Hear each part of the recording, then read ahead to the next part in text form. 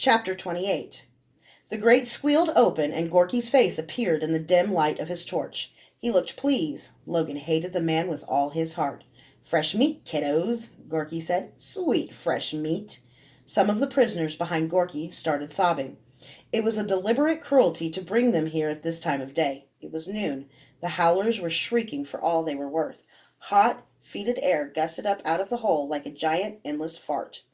It made the torches dance, and the figures of the holers seemed to leap and twist as their sweat gleamed.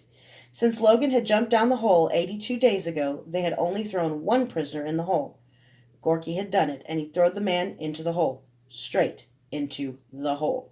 The convict's face had smacked wetly against the lip of the hole, and his body had plunged into the abyss. So now the animals and the monsters crowded around the hole, as they did when Gorky threw in bread. It wasn't to save the prisoner's life, it was to save their meat. "All right, my lovelies," Gorky said. "Who's first?" Keeping an eye on Finn, who was also eyeing him, Logan stayed back from the edge of the hole. He had the longest reach, but catching a falling body was different from catching falling bread, and Finn had uncoiled his sinew rope from around his body. There was a scuffle above, and curses, and a woman flung herself at the grate. Gorky tried to intercept her, but she dove under his arms. She dropped headfirst toward the floor, then jerked to a stop as Gorky caught her dress. She screamed and kicked as she hung directly over Logan's head. He jumped and grabbed one of her flailing arms and yanked, but his hand slipped. She dropped a few more feet forward so that she was hanging upside down, 10 feet from the stone floor. "Finn!" Lily cried. "Get him!" Gorky was on his knees, holding onto the girl's dress with one hand and onto the grate with the other. His head was exposed. For Finn, who practiced incessantly with his lasso, it was an easy target. Gorky was cursing, but he was strong. Logan jumped and reached for the girl's hand again, but missed. Finn came running with the lasso in his hand. The rest of the holers were howling and flinging feces at Gorky. Logan jumped again and caught the girl's hand. Her dress tore, and she fell on top of Logan. He was barely able to break her fall, only trying to angle her away from the abyss. Logan staggered to his feet and saw Gorky's face livid in the torchlight, still exposed, just waiting for a noose to drop around his neck, just begging to be dragged into the hole and torn apart. Turning, Logan saw Finn just feet away, but the man had dropped his lasso. Logan barely had time to see the glittering steel in Finn's hand before Finn stabbed him. Flesh parted along Logan's ribs and his left arm as he twisted hard to avoid the blade. Finn's hand got caught between Logan's left arm and his body as Logan twisted, and Logan heard the knife fall to the stone floor. Logan brought a fist toward Finn's head, but the man ducked, fell to the floor, and scurried back. Logan started to go after him, determined to kill the man while he had the chance, but as he moved forward, behind him the holers closed on the girl. He couldn't leave her.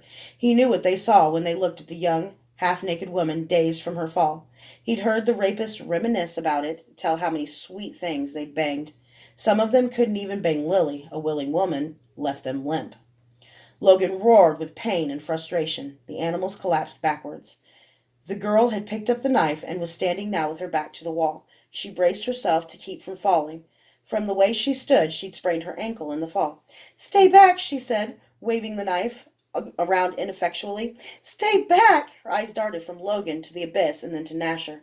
The girl was shaking. She was pretty in a fragile sort of way, with long blonde hair and fine features. She was barely dirty, though, so she couldn't have been in prison long.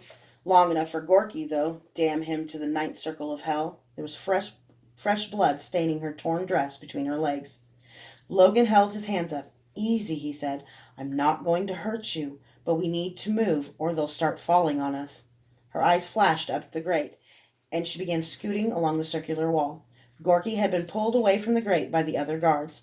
The rest of the prisoners were herded to the grate. The first man didn't want to jump in, so they pushed him.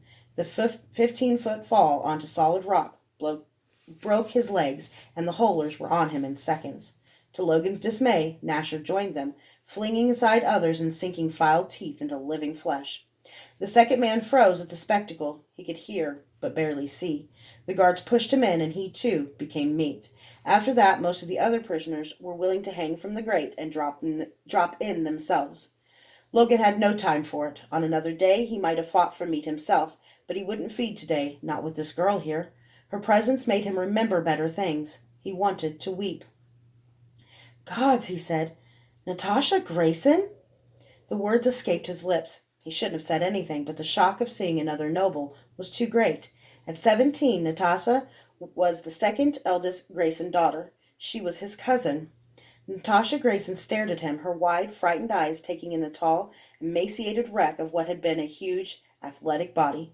He was a shadow of what he had been, but though he had withered, he was still tall, unmistakably tall. He held his hands up to silence her, but he was too late. Logan?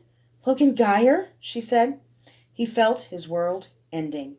And all the time he'd been down here, he'd been only king or 13.